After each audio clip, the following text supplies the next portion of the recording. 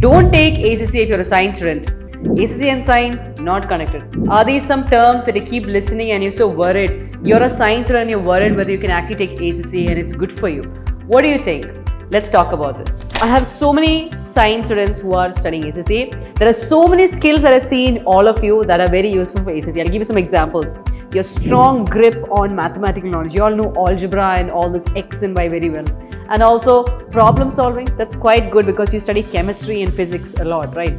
And also your ability to analyze a lot of data. All these are very important skills in ACCA, and you science students already have it. It's going to be very useful when you study ACCA, and you don't have to worry that science and ACCA are not connected. In ACCA, all the papers are the building blocks of ACCA. The knowledge level itself has many papers that helps you to understand the base of accounting and commerce. So don't worry about that.